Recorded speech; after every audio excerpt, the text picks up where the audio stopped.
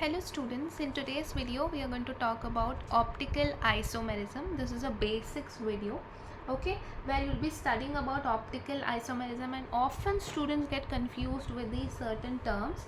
So I'll be clearing all that for you, okay. So make sure that you are understanding each and everything that I'm telling you very clearly, okay. So don't miss on any point, okay. So if I talk about optical isomerism, okay, so children always remember that when we talk about configurational isomerism, what are we talking about? We are talking about configurational isomerism, okay.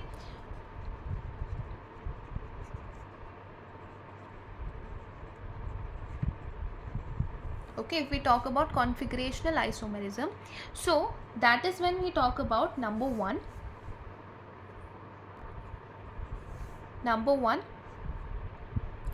geometrical isomerism, and number two, that is your optical isomerism, okay. Clarify this in your mind that when we talk about configurational isomerism, we talk about geometrical and optical, okay. Geometrical isomerism is different, optical isomerism is different, okay. Now you all might be wondering, now what is configurational isomerism, where is it under, okay. So again, listen carefully. This all starts with the term of stereo isomerism. This all starts with the stereo isomerism, okay. So stereo isomerism is basically the term, okay, under which you have two categories. Number one is the conformational isomerism, and number two, which is the configurational isomerism. First thing, remember, under stereo isomerism we learn about conformational and configurational. From there we have two types, geometrical and optical, okay. Today we are talking about optical isomerism, okay. So we'll be talking about all this in very crisp, so make sure that you are clear with what I am telling. Again and again I'm telling you the same thing, but understand this thing, okay. So now if I talk about what is optical isomerism, the today's topic, right. So what happens is when the plane polarized light, okay, plane polarized light, okay, this is passed through a substance that is taken in solution. So what happens is there are two possibilities, right. So the plane of polarization, which is incident light, will be undisturbed, okay. So the substance will be said to be optically inactive. Now if this plane polarized light moves undisturbed, what did I say? Undisturbed. So it means it is optically inactive,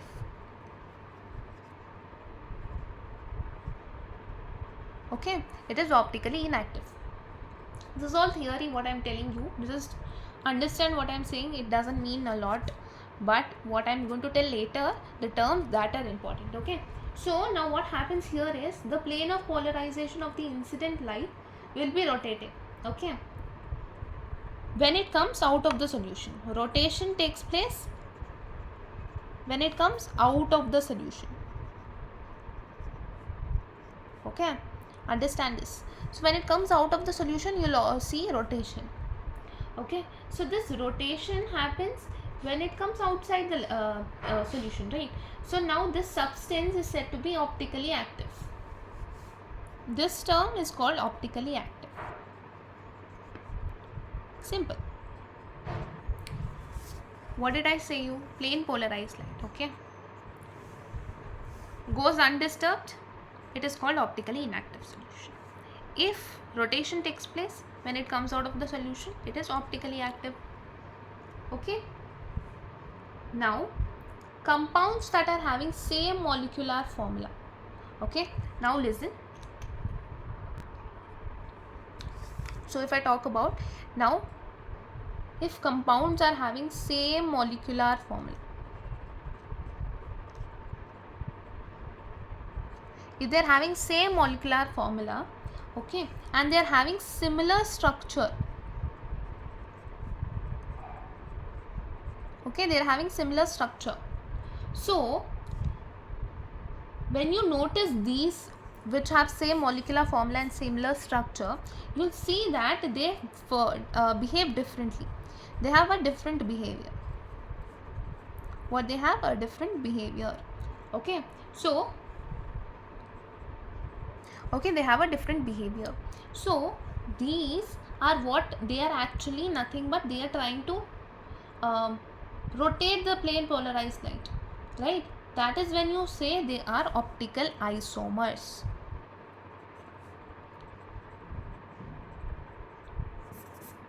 Okay, they are called optical isomers.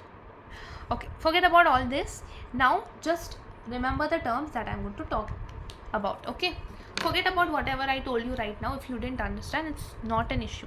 Just remember these 2 points which I told you. Plane polarized light, when it goes undisturbed, it's called optically inactive.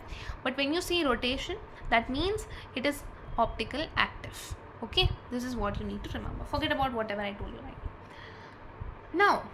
Very, very important terms. Let's talk about them one by one. Okay, number 1 is chirality or chirality, whatever you wish to tell, you can tell, but I call it chirality. Okay, so chirality, if I talk about, what is that? Now there is a carbon atom. Okay, there's a carbon atom where this carbon atom is attached to 4 dissimilar atoms or different atoms. Okay, so we have X, Y, Z, W. Okay, so we have W, X, Y, Z. So there are 4 different atoms attached to carbon. Okay, that is when you see chirality in a carbon atom. So this carbon is called a chiral carbon. This is a chiral carbon.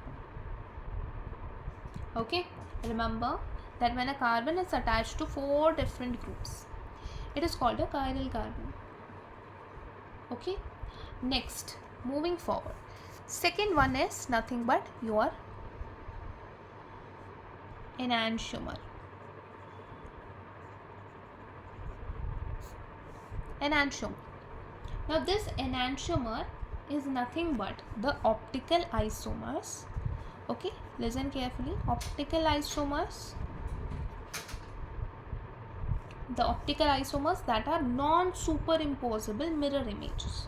What are they? They are non-superimposable mirror images. Okay, they are non-superimposable mirror images of each other. So which means one is going to be dextrorotatory, another one is going to be levorotatory. Okay, what does this mean? It simply means that one isomer will rotate it towards a right, another one will rotate towards left. Okay, this is what it means. Dextro stands for right, levo stands for left. So one isomer is going to rotate the plane polarized light towards the right, other towards the left. Okay, I hope it's clear. So this is what an enantiomer means. But there's a simple term called non-superimposable mirror images. What does that mean? Non-superimposable mirror images. Now, imposable mirror images stands for, look here. So, just see very carefully what I'm going to tell you right now. Sometimes children often get confused with this term. Okay, what is that? Superimposable, non-superimposable. Okay, so look here. So I have my hands over here, right? These 2 hands, if I am going to place it in front of the mirror. Okay, so what is it telling? Non-superimposable mirror images. Now if this is a mirror, okay, there's a mirror between, and my hand is going to be the reflection. The reflection is going to look like this. Yes or no? Yes or no? the reflection is going to look like this. But these are superimposable, in the sense both of them when kept together they should be coinciding. They're coinciding, right? But what if I place my hand like this? They are not coinciding, which means they are non-superimposable mirror images. Correct? These are the mirror images. But when I place them together, they are not superimposing. It means they are simply not coinciding. That is what is called a non-superimposable mirror image. Simply, if you place two things together or over each other, they are not going to coincide. Okay? Clear? Okay. Now, let's move forward. Next term is your racemic mixture. Who is that? Racemic mixture. Let's talk about the third one. Racemic mixture.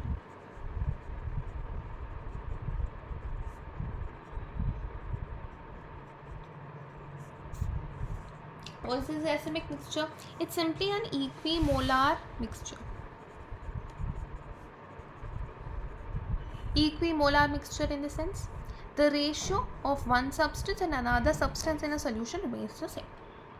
It means equimolar mixture of whom? Dextro-rotatory mixture and levo-rotatory mixture. Okay? Dextro and levo are in an equimolar ratio. Okay?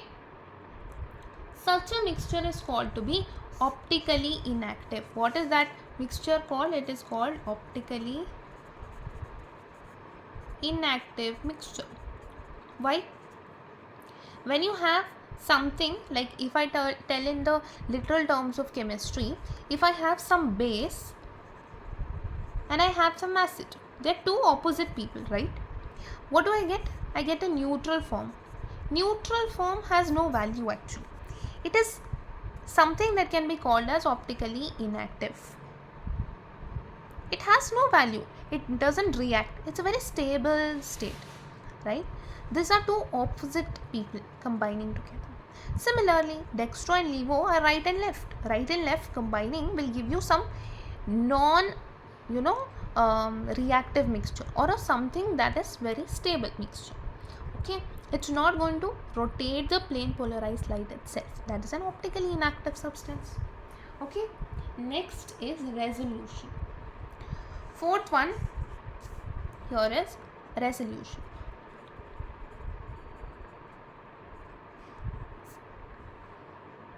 Okay, what is resolution now? The resolution is nothing but simply separation. Who are we separating, my dear? We are separating the racemic mixture. Now, the racemic mixture is separated. In the sense, you want to obtain the dextro part and the levo part completely separate. If you want to separate those dextro and levo from a racemic mixture, you need to resolute it, or it has to undergo resolution. Only then you can get the required substances. So that is what you call a resolution. Okay. Other than that, you have diastereomers and so many other terms also that you'll be studying in class 12th. Okay. Moreover, so yeah. So for now, that's it for the optical isomerism as the basic concepts. Okay. So I'll be meeting you in the next video. Till then, take care and bye bye.